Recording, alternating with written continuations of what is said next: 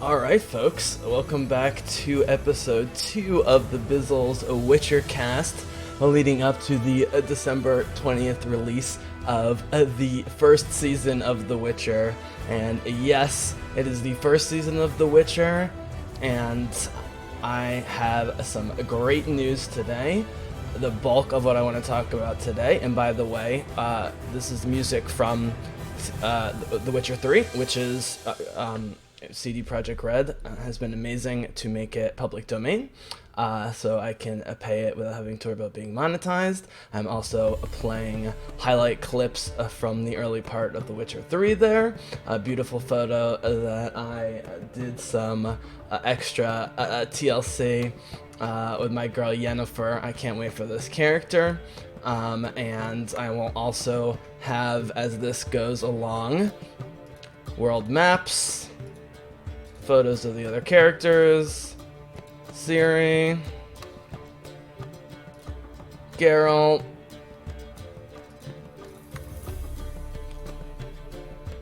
what else we got? Battles, all sorts of stuff. The main part of what I want to present to you today is through a excellent podcaster that I think is Polish. He's European of some sort, who's very well connected with sort of the hardcore Witcher community. They spotted a great long series of interviews asked by fans in a Spanish trade magazine like Variety or Esquire or something like that in the last couple weeks or months, or fairly recently, with the three main characters, as I've talked about, and it's pretty obvious for The Witcher, which as I'm gonna do a quick news break in a second, because like The Mandalorian, this was almost immediately greenlit for season 2, and they're already in post-production. They've said they've written 7 seasons, which isn't surprising. Unlike Game of Thrones, they have the material for it, at least for 5. Now it seems like it's going to be renewed for at least 3 or 4 seasons. And so they're already halfway there, and they're feeling really, really good about it. With Henry Cavill, who, as we're going to talk about, because I have a great interview quotes via this YouTuber, who I will give credit to in the copy and so forth. Spot in this magazine interviewed Henry Cavill as Geralt of Rivia, Freya Allan as Ciri, and of course Anya Chalotra as Yennefer, the beautiful Yennefer that you see there. I love her purple eyes. I've been trying to do some work.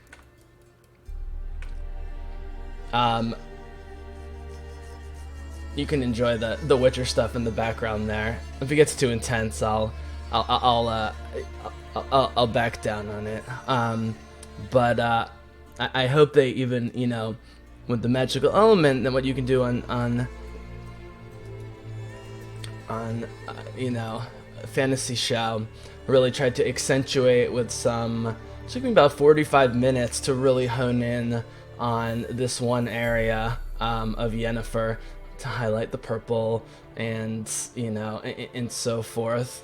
It's the same exact photo, but it's pretty amazing the different looks you can get, and her looks, from her sexy flirty thing at the ball, doing her Selena Kyle with the mask, to looking forlorn at him later. I think this woman's gonna kill it, and she's in fact the third interview, again with Freya Allan and Ciri, and I just want to have pick some choice quotes from the interview and the questions that they were asked that really shed light, because as you'd expect from somewhat unknown or up-and-coming young actresses like Freya Allan and Anya Chalotra, they're immersing themselves sort of in the Witcher material for the first time as much as they can, and they love the characters and the costumes and everything about it, and they know how big of a deal this is. Henry Cavill's been pushing for this for a while. This is a passion project. He was apparently begging them years before they cast it to be, and fought very hard. He's read all the books, he's played all the games. Witcher 3 is his favorite game, but he also talks about he's kind of a hardcore gamer in general, and I don't mean like Dark Souls. I mean like tactical strategy, Total War, brainy games, which endears him even further to me. But we'll get to that in the interview. And so I wanted to do a quick couple bits of. Oh man, here's the early Crow stuff. Let's see if I can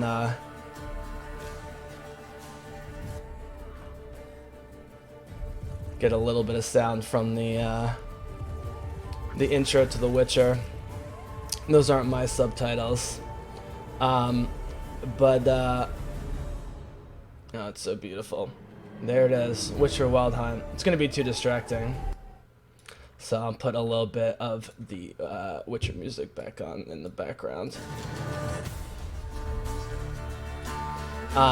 But the if you're a Firefly fan, the brown coats are legendary for their hardcore love and support of a Firefly and getting the movie to happen, and the constant rebirth and increasing fame of Firefly, and the Redanian intelligence bringing you all the news on The Witcher. It is a beautiful, beautiful website that has been breaking stories because it's a Polish, they're filming all over Europe. It's mostly European and foreign actors and actresses. They're filming all over Europe. We're for the first time getting a hardcover of The Last Wish in a couple days that they're releasing widely to lead up to the show, which is absolutely great. And so whoever these Redanian intelligence folks are, I have to imagine pan-European, maybe some Americans and Australians, breaking some great stuff, including The Witcher author Sapkowski. It was the most important thing. Just how does he feel about the series, and is there any clarification about the supposed tension having to do with money with the Witcher games? Even though he said he quite likes the games and is obviously, as an executive producer and creative force behind the television show, there's the bathroom, the bath seed. Ignore me for a second. This of course is a dream. And so after I have the three main actors, I have a short bit of interview clip, not audio, but that I want to share with you, which, I do have the, down here, so you can kind of read it, but I mostly want to have the nice imagery and the music and so forth, and you can follow along, and we're going to talk about how Sapkowski feels about the whole thing. But just to tease it, his main quote about the trailer, which he was blown away by, was, quote, "If the TV series is like the trailer, it will be a masterpiece." And this is not a man known for lacking humility. In fact, if he has any faults, it was being too naive about the Witcher games and saying he didn't even want to take money because he just wanted them to succeed because it would help him, which is true. But The Witcher 3 has made so much more money than anyone thought, so he should be rewarded. But he's lost a son in real life. He's got real perspective. You can kind of see in that sort of gruff face of Sapkowski in the photos, and we'll talk a little bit about what's going on with him. But he is super stoked, and I don't think he's involved in day-to-day because he doesn't really want to be. But there is no doubt of everything he's saying, but especially, Henry Cavill is very specific that he loves the Witcher games, especially The Witcher 3, like the rest of us, but this is based on the books. It takes place, as I talked about in my previous podcast, between Sword of Destiny, which is the second of the two sort of intro, prequel, partially short story, partially, novella, stuff where you think it's just world building and meeting Geralt, but you actually get the origin for Dandelion, the origin for Yennefer, and of course the multi-part origin for Ciri, who's here training. This is all a dream. When I first played The Witcher, I wasn't sure that this was a dream, but you know that this took place a long time ago in the timeline when she was this little, and even though the Ciri, because the Witcher games take place well after the Witcher books conclude the Ciri saga with Lady of the Lake, even though this picture is clearly taken straight from The Witcher 3, which is great. With older Ciri, the younger Ciri that we're getting, that hasn't said much in the trailers, but just has an unbelievable look. Does Freya Allan as Ciri, and this Ciri here, who's just starting to try and be a Witcher, whether that's possible or not. Geralt's just trying to protect her, has no idea what's going on. Is just a tiny bit older of Freya Allan. Ciri is basically the same age. This is basically her. But this is when she's, when the show starts, she's still scared in the wilderness. Well, when the show starts, I don't think she's going to be born. Maybe we'll get back to that. And when I have some news drops, a couple of them might border on spoilers for the first season. Again, if you've read all the books, there's no real spoilers. I'm still trying to be cognizant of, being careful about, spoilers for, here we go. Doing her Rey Skywalker thing. Whoops. Cognizant of, if you haven't read the books and you don't want to be spoiled on either the books or the show, or you've read the books and you don't want to spoil on the show, or some version of that, I'm trying to be cognizant of any kind of spoilers. So I will say at the outset, to tease it, that my feeling of that they were going to combine Sword of Destiny with Ciri's mom and grandmom, and sort of the inception of Ciri and conception of Ciri before she's born, into Blood of Elves, and everything that happens in between is indeed what seems to be happening in the first season. But in terms of actual reveals of what's going to be going on, look at her, the spitting image of her adoptive dad, Geralt. But I'm going to save the specifics of some of the battles and conflicts and stuff that might happen for the end. So while you enjoy this dream sequence before it gets horrifying, and then I'm going to go into the interviews with Freya Allan and Henry Cavill and Anya Chalotra. I got to learn how to pronounce her name. Anya. I'm just going to call her Anya for now. Anya Chalotra. And then, of course, with Sapkowski himself, because they're all being great soldiers in terms of not giving too much away, but you can tell the passion that they have already, but also the people that they work with, how much they trust and love and are blown away by the huge production behind them. Henry Cavill, having made Man of Steel and a bunch of giant DC movies, whether you like them or not, is very comfortable with hundreds of millions of dollars being thrown around and teams of thousands of people, special effects, practical effects, pre-production, post-production, filming, sound, etc. And he's probably helping all of them get accustomed to it. So a couple news hits, and then I'll take you into some of the nuggets from the interview in the Spanish magazine. I will say, though, that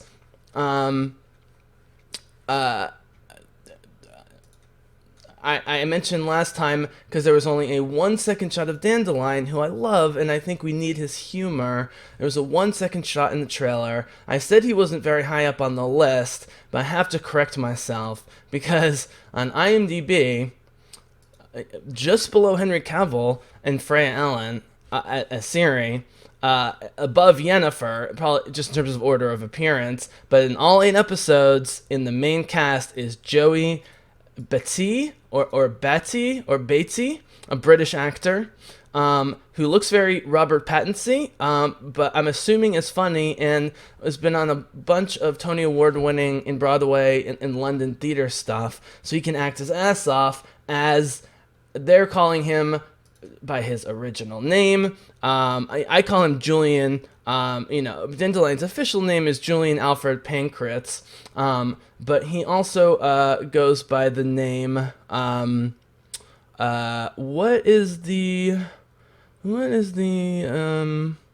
He has another name. They're not calling him Dandelion right off the bat, which is fine because that would maybe turn people off and just confuse people. Anyways, he's going by the name Jaskier, which is one of Dandelion's many identities. He's never really sure, which ones are true or not. He just goes with it. But apparently the Polish original is Jaskier, and Dandelion or Dandelion is the English translation. As I've commented on, it's, Dandelion, it's not just because he's a delicate flower who needs constant sunlight, love, and attention, but because he is a dandy. Interestingly, he's called Marigold in Czech. He's called Dandelion, though, in Hungarian, Italian, Turkish, and so it's sort of an interesting decision. This is my little Dandelion update because this is about all I have. So his original Polish name, Jaskier, means buttercup, which sounds too feminine. You think Dandelion sounds too feminine, but it really works with him. In the Czech translation, it's called Marigold, and Tris Marigold is called something else, blah, blah, blah, blah, blah. Anyways, he's definitely going to be called Dandelion or Dandelion at some point. Maybe he'll be Julian first, but he's Dandelion. Everybody knows it. And once we get to know him and you realize that in some ways he's even less complicated than a Dandelion, but in some ways it belies how complicated and complex he is.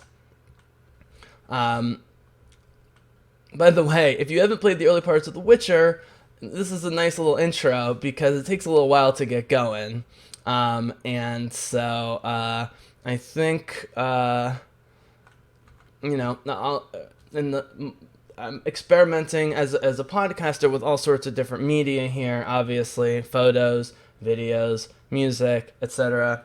I thought because I'm just reading some quotes, and I'll show some pictures of these gorgeous men and women involved in this project. There's Vesemir, who I'm sure we will see in this part of the series. By the way, the number of cast members who are already listed in all 8 episodes is in the 24 range, which is unheard of, even for a show of this magnitude other than Game of Thrones. I mean, way more than Vikings, more than The Mandalorian, more than, Peaky Blinders, any show you can think of like that. And there's, as I said last time, because of the connection through Mousak, the Druid, but with Ciri's land, Family's Land Sintra being so close to the Skellige Viking Islands, we're getting Lars Mikkelsen, baby, brother of Galen, who's known, of course, as Hannibal.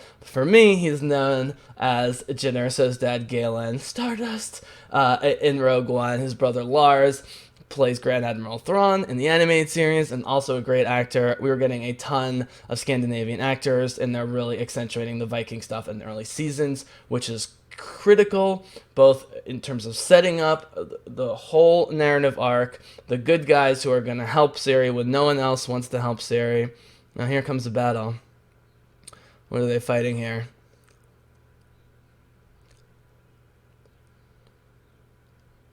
Just some ghouls. Level 1 ghouls can be difficult early on in the game.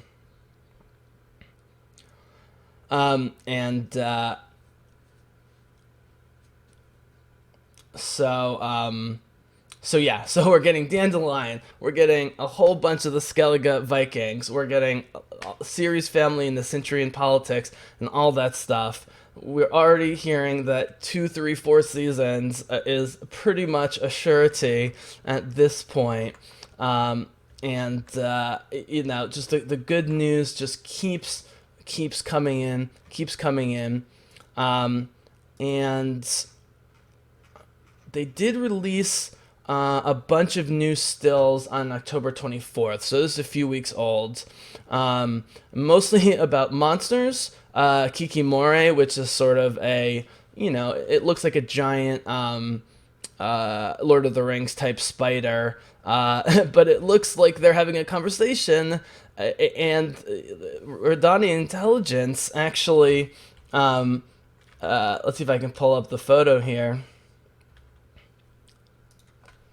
Pause that for a second. See if I can pull up the photo of the Kikimora spider. There it is. So I've been predicting for a while that to set up Geralt's character and introduce us to scary monsters, but see that Geralt is actually trying to help the monsters, and probably is going to have to kill humans who are tormenting this poor thing, who's ugly as hell and scary, but maybe not killing, or just in self-defense. Geralt looks very not threatened there by this big monster, and Redani Intelligence, this website, is also saying they think a non-traditional monster encounter like this is probably in the cards for, what they call the cold open, which is what I've been saying. And so that would be absolutely super cool. So without further ado, because all the rest of the news has to do with stills released and some teasing of some of the big conflicts and battles in the first season, why don't we get to the interview with Monsieur Geralt, aka Henry Cavill. Alright. Let's see what we got here.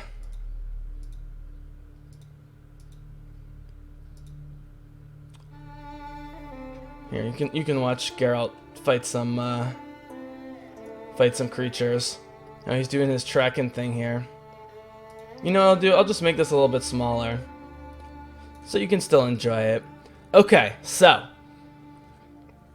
straight to the interview with Mr. Geralt Henry Cavill. Here we go. He says doesn't find it difficult to get into character.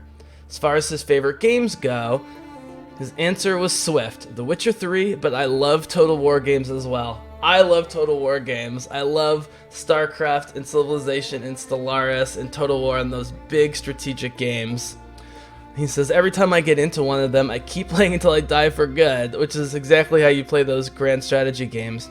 For some reason, there is something about the nature of the strategy of the battle front that I love. It's a little bit of building an empire, which is fun. And Total War games are probably my favorite because I can play them wherever and whenever I want to start over. But here's the key stuff, guys. Here is the key stuff. Alright, I'm juggling a lot of windows here.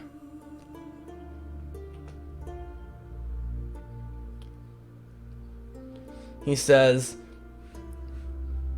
it's very clear that my version, quote, my version of Geralt is true to the books. I'm sure it is to the game too, because I'm a big fan of the game, but to put it simply, Geralt's heart is that of a traveling knight, but his exterior is jaded because of the world, and his vision is obscured by the world, everyone in it. First he may look badass, but when you really look, it's the other way around, which is what I'm always saying. He's a big softy deep down. That's what makes him interesting. Deep down, he is.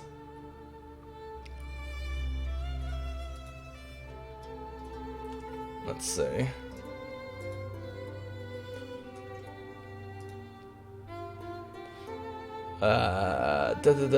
He's one of those fan heroes. From the outside, he looks the other way around, and that's one of those. Okay, because even though he is that thing, he also different on the outside. Right?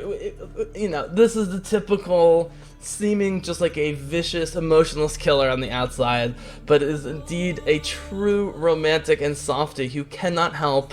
It's not in his job description to help peasants being killed by religious fanatics. or soldiers or whatever, but he cannot help himself, especially if it's women or girls, but in general, people who are innocent. And, there's a question coming up about comparing it to Superman.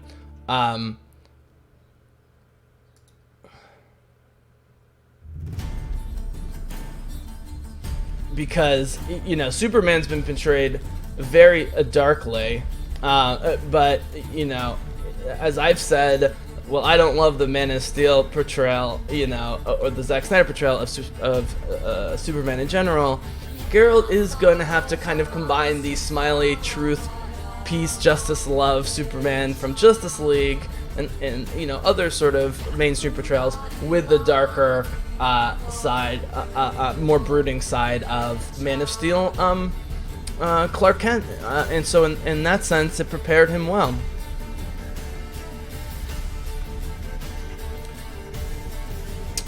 They talk about the character, what excites him. He doesn't want to go into details.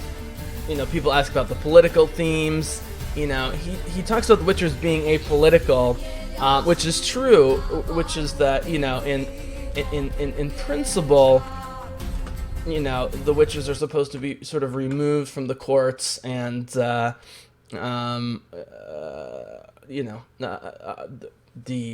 day-to-day administration bureaucracy of the lands, but they always get sucked into these horrible lords and princes and barons and sorcerers and sorceresses, which is politics, but also defending elves, dwarves, halflings, changelings, innocent monsters, protecting them from getting slaughtered, concentration camps.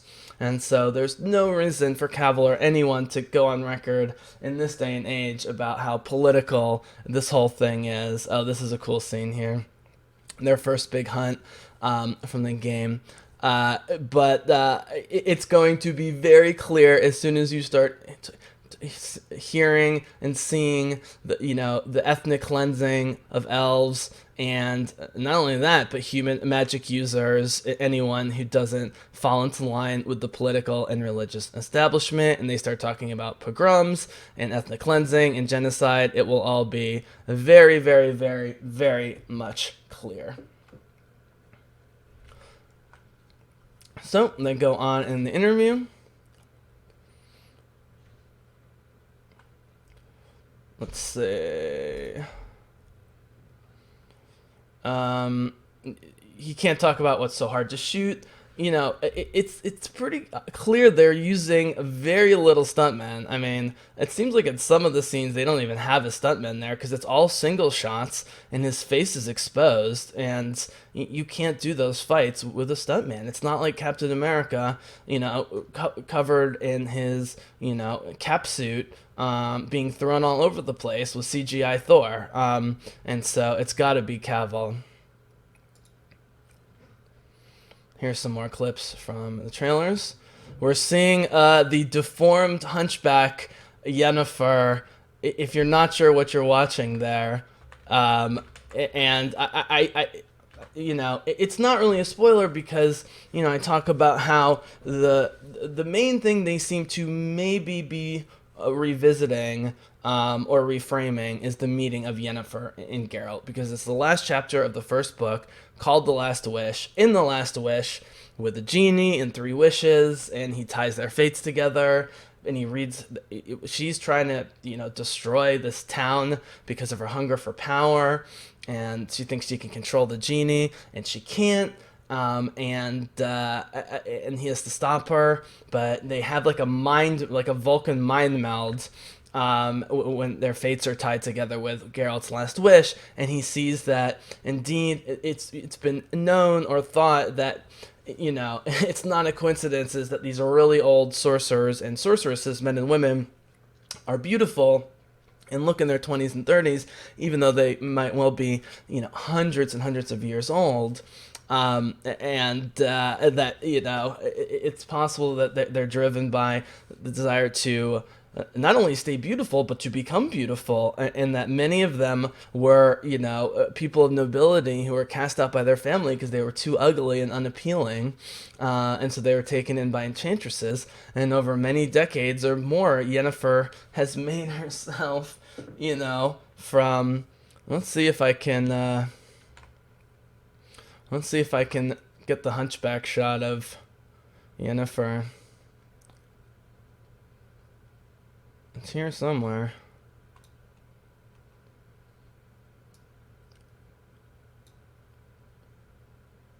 Okay, so there's Yennefer's trainer. And this, right here. If you can believe it, I believe this is the same woman. I believe this is Anya, right here in the lower left frame. Look at that. That is acting, people. That is unbelievable acting. And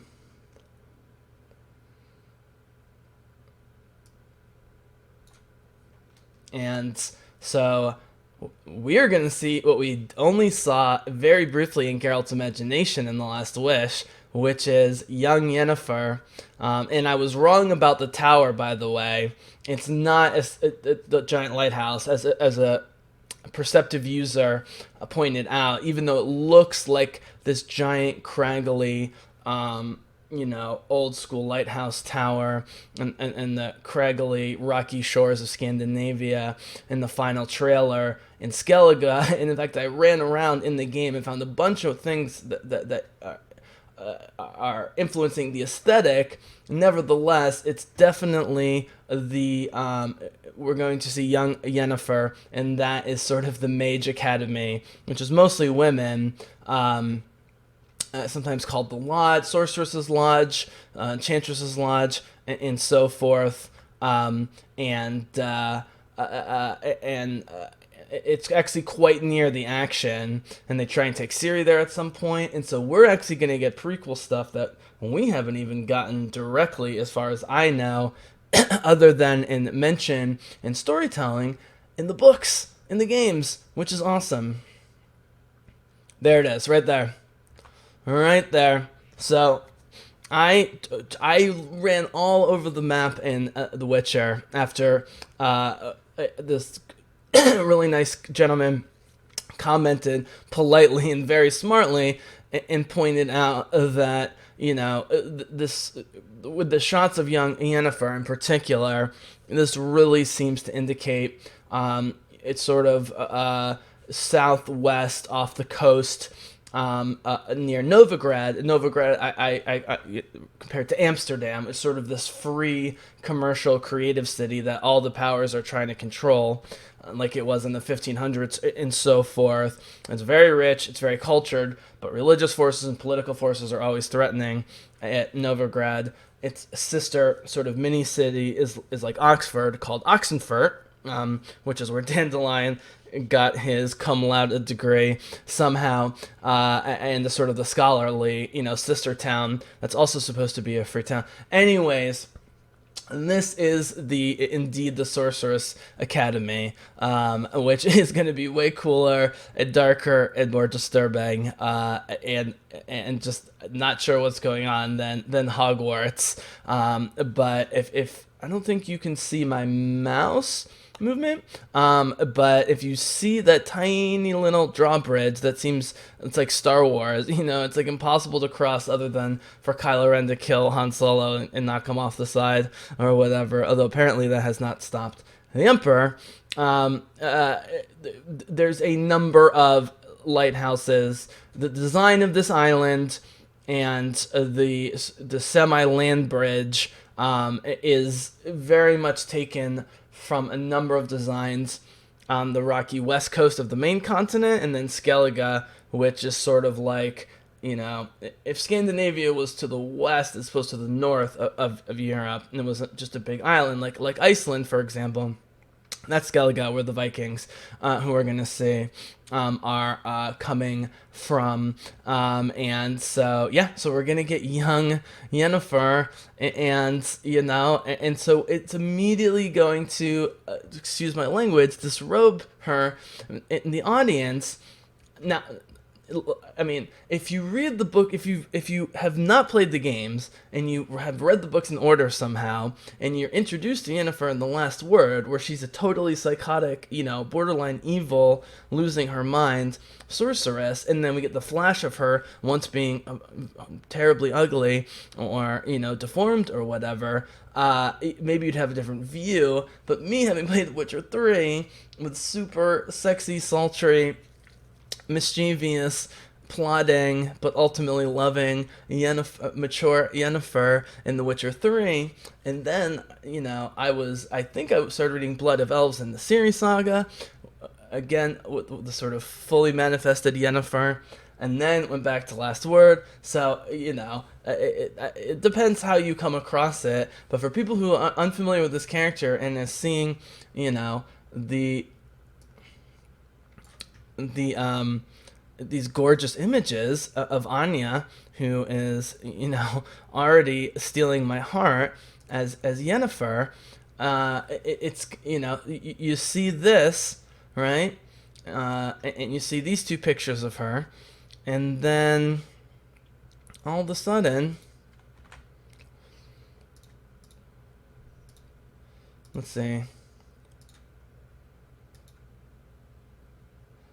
And this somehow that's the end. But it's important for everyone to be vulnerable. Ciri's obviously vulnerable. She's on the run, and Geralt's vulnerable because he acts like he's not vulnerable, and he's the big tough guy, but he's the big softy. So they all have vulnerabilities and insecurities, and that's important to highlight early in the show.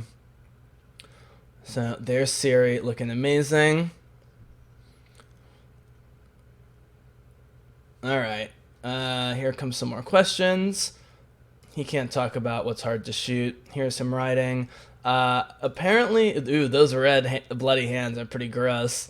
So this, I believe, is Triss Merigold. She was not in the main trailer, but this woman right here, of ambiguous color and ethnicity and racial backgrounds, I believe is Triss Merigold, which it makes me very, very, very happy because she's great. Now, Triss in the game and in the books is, of all the sorceresses, is by far the most out and out good guy. Her only flaw is, being in love with a guy who doesn't love her as much back, being jealous of Yennefer and getting really angry about it at times. But when she meets Ciri and see how they've both led her and turned her into a tomboy to an extreme degree, where she's starting to have periods and she doesn't know what's going on as a preteen girl, she's horrified. These men, these barbaric Witcher men, they're trying to help Ciri, and so she has to step in, Triss, and she's so important early on because Yennefer has too much pride and too many problems with Geralt, so Triss has to step in and be the older sister to Ciri, remind her that she's a princess, that she's a woman, that she's beautiful, that she's destined for greatness, but she is a woman, and women have needs, and men need to shut the fuck up. And there's some great scenes where it starts with Triss unloading on Geralt, because again of their implied past that we don't really see or hear a whole lot, but is obvious, it happened, and her and Yennefer are both very jealous of each other, even though Yennefer is ultimately the chosen one, let's be honest. But immediately, very quickly, she gains the high ground because they're not even aware that Ciri is starting to bleed and have menstruation. Like, they're so clueless about how to raise a girl because they're not equipped to do it. And so I believe this Triss Merigold.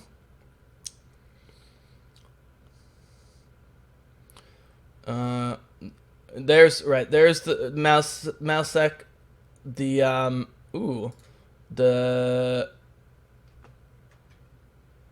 wait, hold on.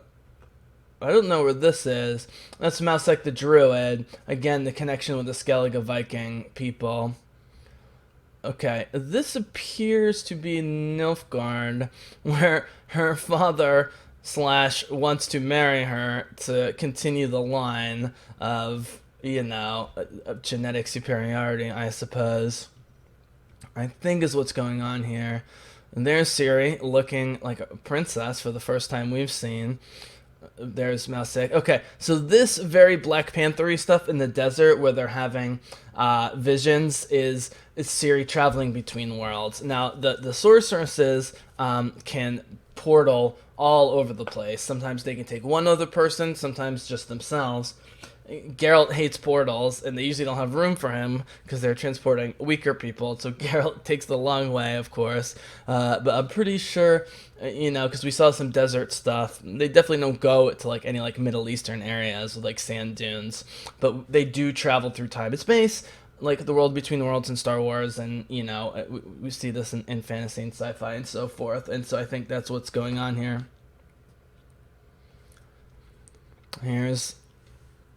That's oh man, so this is the Yennefer transformation. We see Yennefer go from, look at that, hunchback, deformed. I mean, you can only make her so ugly. And you can tell that her superior here, whose name I forget, is, probably tormenting her psychologically. I guess I could probably play this. But because and now, right, and so this is now her using her magic, and she gets very dark and very skinny and weird looking before she becomes beautiful, sort of round faced, purple eyed Yennefer, using the magic to sort of propel herself forward. I'm trying to see if there's anything else particularly interesting. Right, here's the political stuff which I talked about, which will be apparent in the show.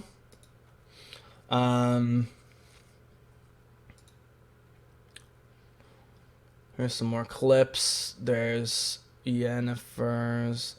Oh, they keep showing the same stuff. All right, here's the potion where there's CGI Geralt looking really weird. He's bleeding. He's getting too old. He's taking too many potions. That's a big thing. He's getting reliant on it. Okay, so this is from the video game. That's why. And here's the part where he talks about Superman. And he says they're very different character, but both are heroes, and that's what I've been saying. Is Geralt is a hero, even this dark Game of Thrones scenario. And in theory, he says they're apolitical, but still controversial in his views, a nonconformist. And Geralt is Superman at heart, but is something else on the outside, and so it's another layer for the audience to break and for other characters to reach him. I love Henry Cavill. This is exactly what I want to be hearing. All right. Any other little nuggets? And we'll jump to the ladies. Ooh. Okay, so this is from the video games, just to give you... right, talks about his diet. He talks about how difficult it is to use a sword for an extended period. And, he has to be thin because the Witcher is not, he's strong and large, but he's not like a brute, like a bruiser. And so he's got to get like ripped without too bulked. And so the diet and the training is all part of that. Female characters we know are extremely important, and we will leave that for the series. Take one last look. Here's one of the battles. I'm not going to say what this is. That's the sacking of Sintra. They can't even hide the fact that it's the sacking of Sintra, and it's just gonna happen because that's what puts Ciri in motion. Ooh, wait, hold on. Let's see what we got here. There's Yennefer, looking amazing. There's dying grandmother, Queen Calinthe of Ciri. Ciri, Here's, I mean, Geralt is constantly not trying hard enough to avoid fights with horrible men who are rapists and thieves, and so he just murders them. And he's doing everyone a favor, and mostly people thank him for it. Right, the worst monsters, they're not even hiding. The worst monsters are the people. And it's not, it's not the monsters themselves. I can't wait. I can't wait for people to see. Oh, here's the ball. Oh, here's the one shot. Right, the ones we create. I mean, yeah, humans are the monsters, and he tries to not be political, but it's ultimately just terrible, brutish, rapist, thieving people mixed with religious extremism manipulation, mixed with political extremism and manipulation, and that's and that is that. So.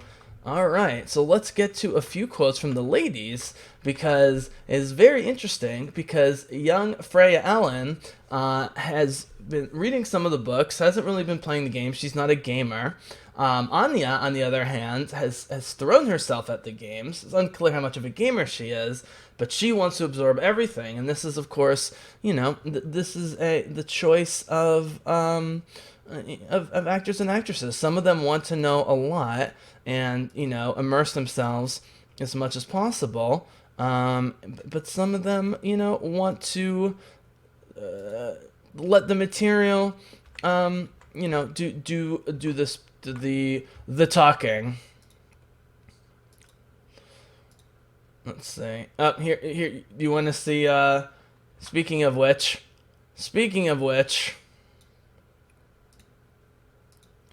all right. So before we move on to the next section, you want to see Carol just murder some thugs? Here it comes. Here it comes, people. They tried to avoid this fight. This is going to get ugly. But this is going to be what the amazing violence is going to look like. Slashed him.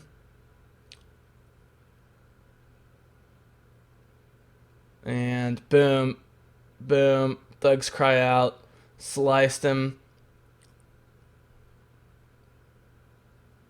Oh, just dismemberment everywhere. And as you get more... Oh, there goes the head.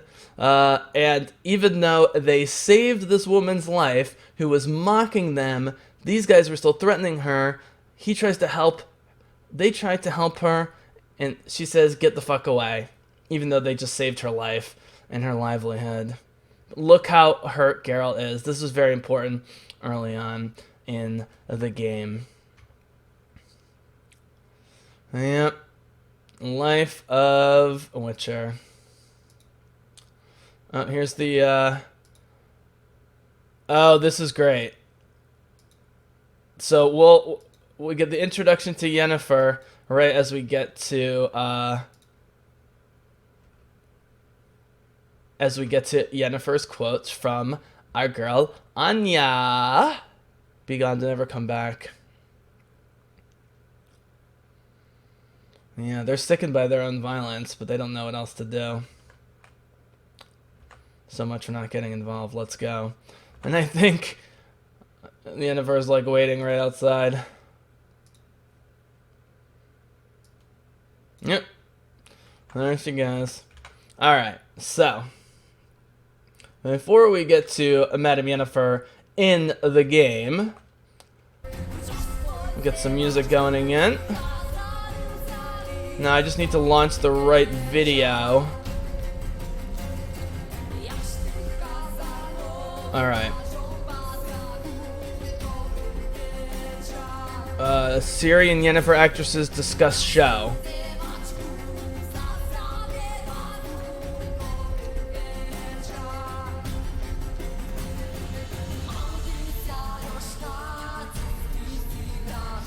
Alright. That seemed to work, I think.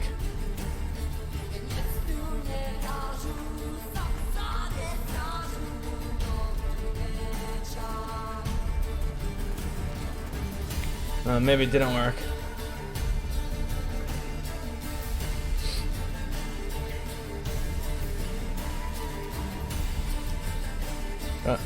Juggling a lot of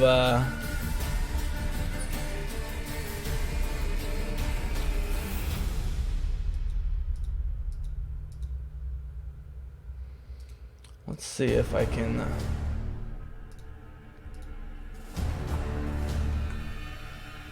I get it? No, it doesn't want to let me do it.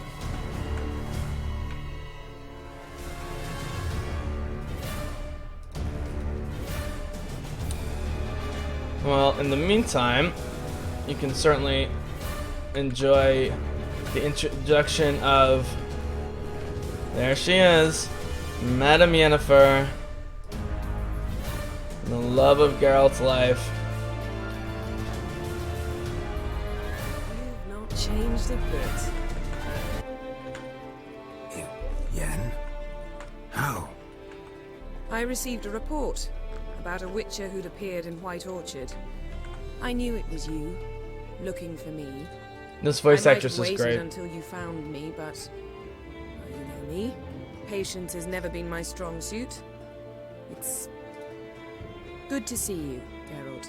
It's good to see you, Geralt. I'd even embrace you. There we Were go. you not covered in blood? Sorry.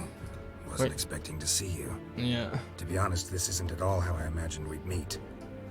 How did you imagine it? Uh-oh. You didn't imagine you'd have a Nilfgaardian escort. Mm-hmm. Don't get me wrong, Yennefer.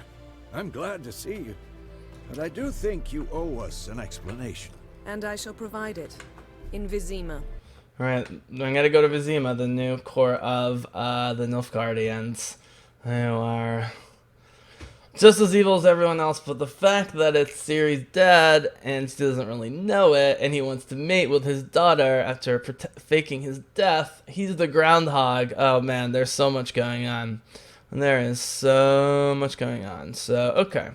Let us get to, you know, they're very politely calling it pressure of the fans, and it's just because it's a half Indian woman who's not the ivory-skinned, Northern European, you know, Irish, Scandinavian Yennefer. But people, they're not already falling in love with this character. She's going to be perfect. Clearly already has chemistry with Mr. Cavill.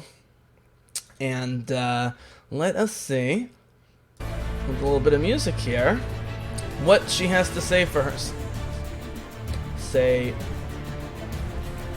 herself.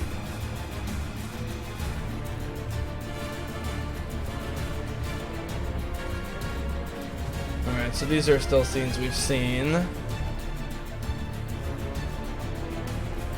So, Freya Allen describes Ciri as very strict education, been protected, hidden from the world, innocent and naive.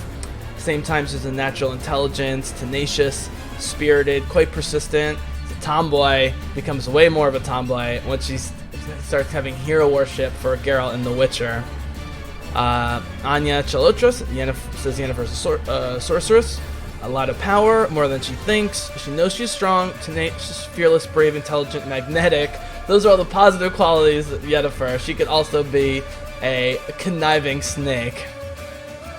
And Anya says you have to have a great imagination, and which you do for, you know, as she says, an actress does in any situation, but certainly, you know, extra imagination when you've got magic going all over the place, not to mention her complex brain. So this is from the games. So I don't want you to get the wrong idea about spoilers.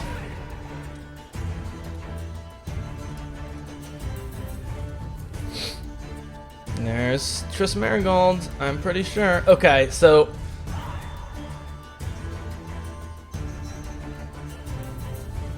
this blonde woman in a second, it looks like, okay, you'd think this is Ciri. It's not Ciri. That's Ciri's mom.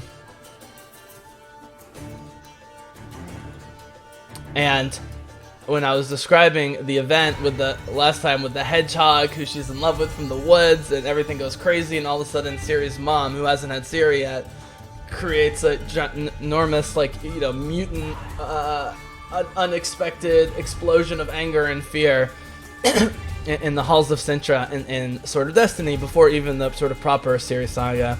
They all go flying. That happens well before the actual sack and burning by of Sintra by Nilfgaard. So, you know, Freya's been very open that she's dabbling in the books, but she wants to really live out the character through the experience, and I'm totally fine with that. She says it was not difficult for me to connect with Ciri because I seemed to have a natural connection with the role. I read one of the books, and for me, the main thing with building the character is the script. And I can almost guarantee you the book she read is Blood of Elves, because that's when she starts going from a scared girl to, I'm a witcher, I'm gonna be a witcher, I'm gonna be the best witcher of all the witches, and I love Geralt. And, you know, she's doing her training, and what I talked about with Triss, you know, learning that she's menstruating and learning how to be a woman, but also a tough, you know, wants to be a tough guy and one of the guys. I mean, things get very dark for Ciri increasingly as the books go on, but Blood of Elves is like the perfect origin story. You know, it's like Diana and Themyscira crossed with, you know, Game of Thrones insanity and horror at times. Let's see what else we got from these actresses here. Motivation for casting. Oh, okay, so here's about casting. So Anya says that she, you know, talked with a lot of people involved with the project, which makes sense. Lauren, I should point out, a woman named Lauren Schmidt, who's a writer-producer, is the brains behind this operation, and is clearly like Melissa Rosenberg and Jessica Jones and Michael Hurst in Vikings. Very Vince Gilligan, Breaking Bad, hands-on showrunner week to week. Freya says, I love the character of Ciri. I try hard at each edition. But she said, but there's something special about this character. I really wanted to get it. You want to hear actors say it. It doesn't matter if they've read all the books, guys, and played the games. One book. If she just read a little bit of the short stories and Blood of Elves, which it looks like Geralt after a massacre on the cover, it's really all about Ciri's training at Kaer Morhen among the Witchers and them trying to figure out what to do with her. That's all you need. She's already Ciri. And they go on to talk about pressure of fans, and they talk, you know, they say what they should say, which is, we know we're not super well established. We know this is the biggest thing we've ever done by far in terms of the money and the expectations. What they don't have to say is, like, you know, with people like Lauren Schmidt running it, but you know, actors like Lars Mikkelsen, of course, Henry Cavill, and you know, some of the sort of lead people. One of the main Jessica Jones directors is involved in this project, so people with experience with giant projects for Netflix and elsewhere can help them get comfortable with you know, what's going on here. But there's still a lot of pressure with the fans, and they're just gonna have to deal with it, just like in Star Wars.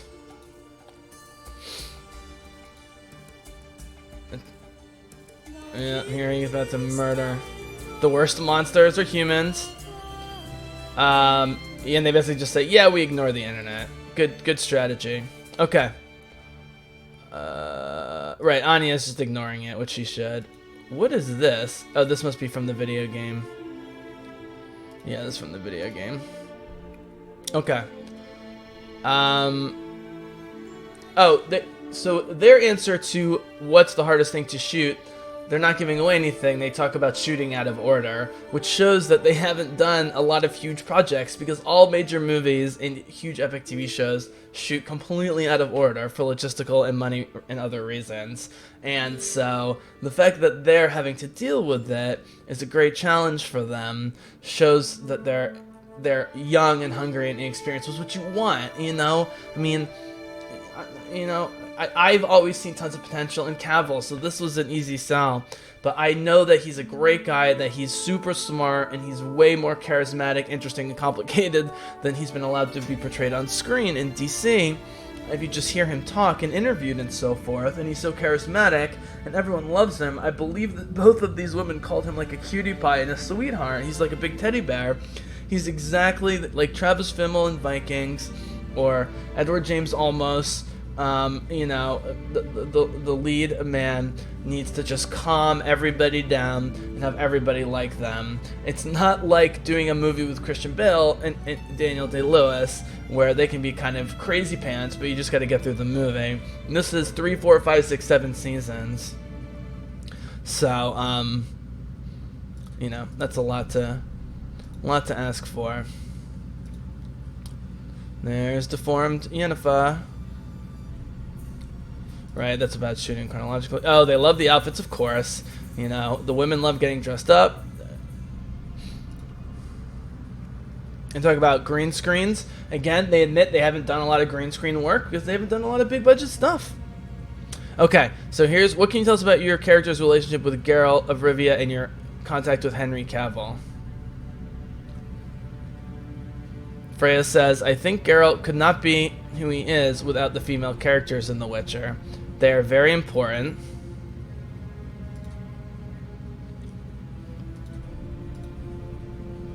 Here it is.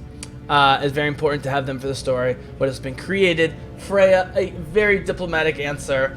Again, people you will see for yourself. And look, Sapkowski has gone out of his way to say he's not a feminist.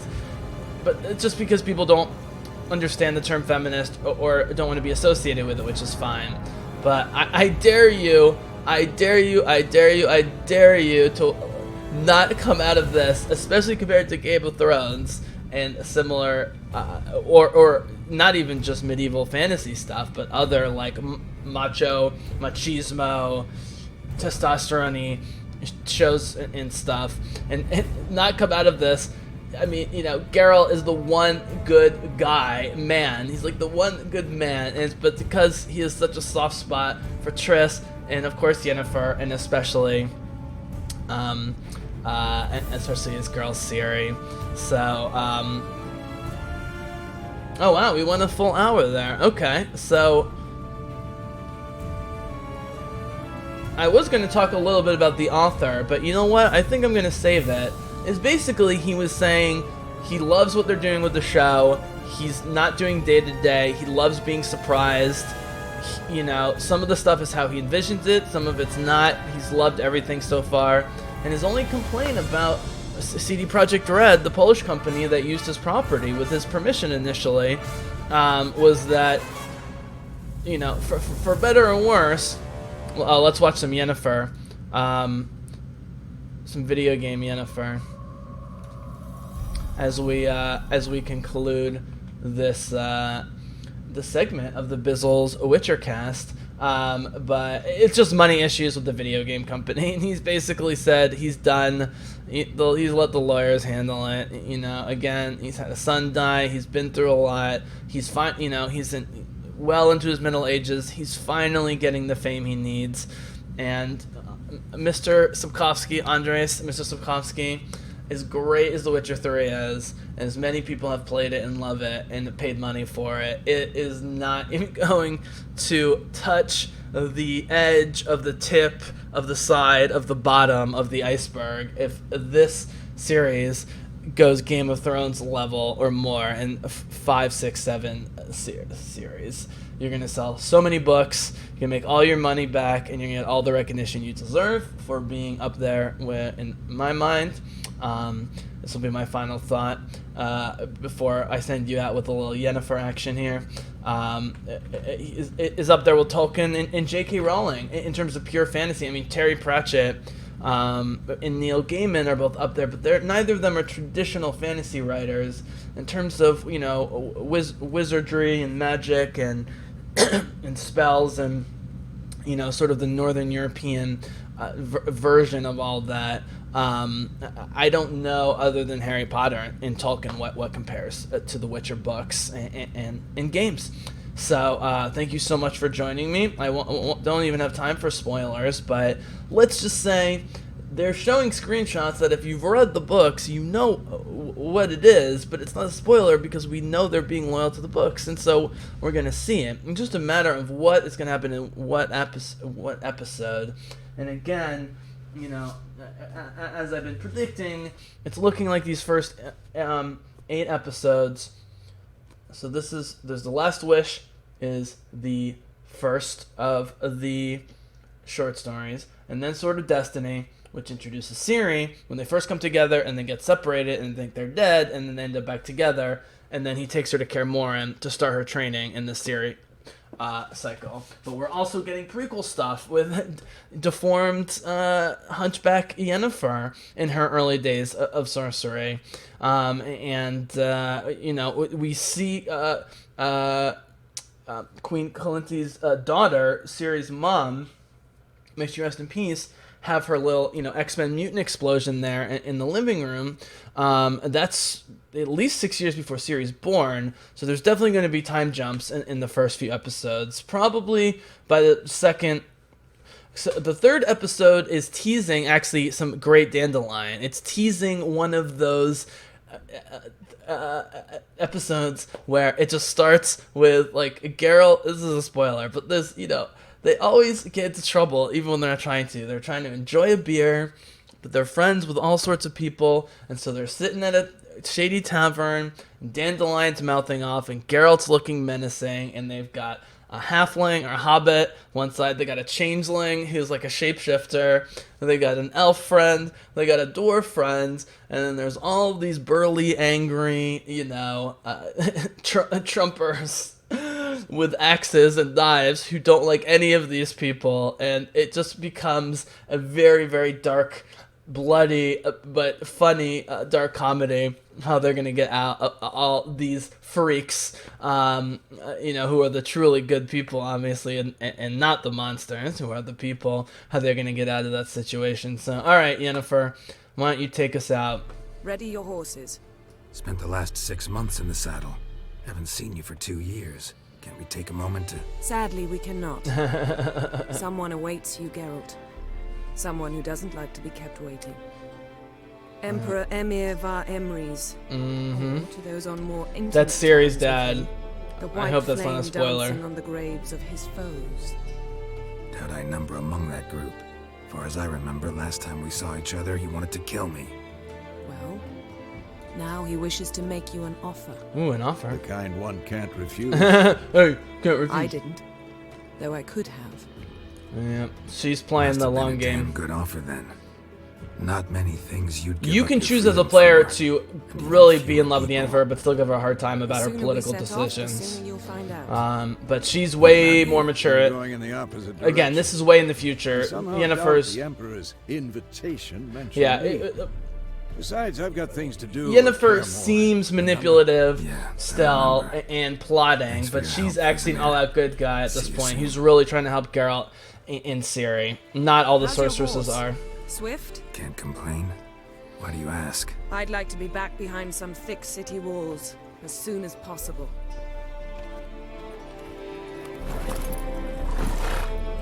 Here we go. Thank you guys so much for joining me.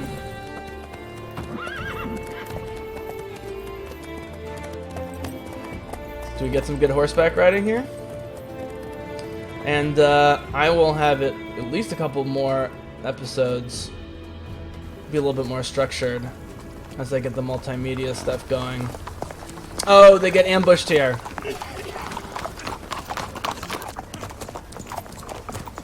They get ambushed. They start to try to have a conversation. I had a dream about you. I had a dream about you. Knowing you, it was probably filthy. Yeah, she's happy that it's filthy. Just the beginning. But then, But then,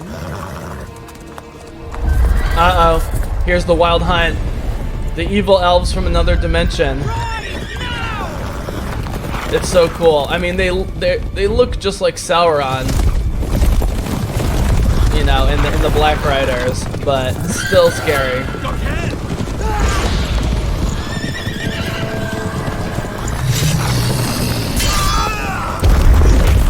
No.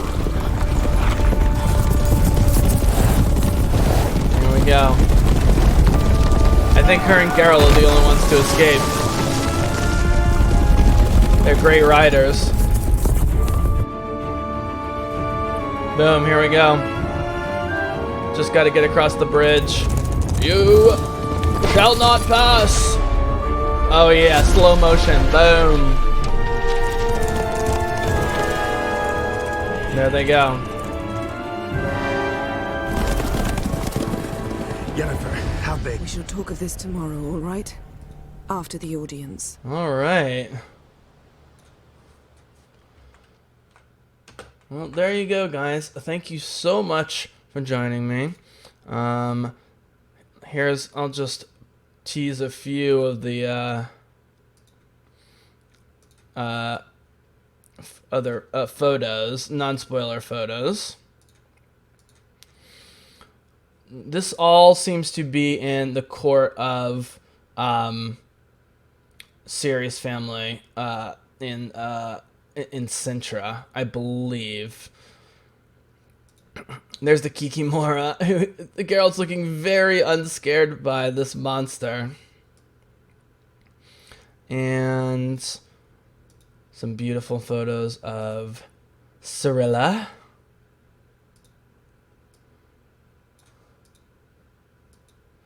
This takes a while to prepare. I'll get better. It goes along, but goddamn. I know I did some minor alteration, but she looks great there.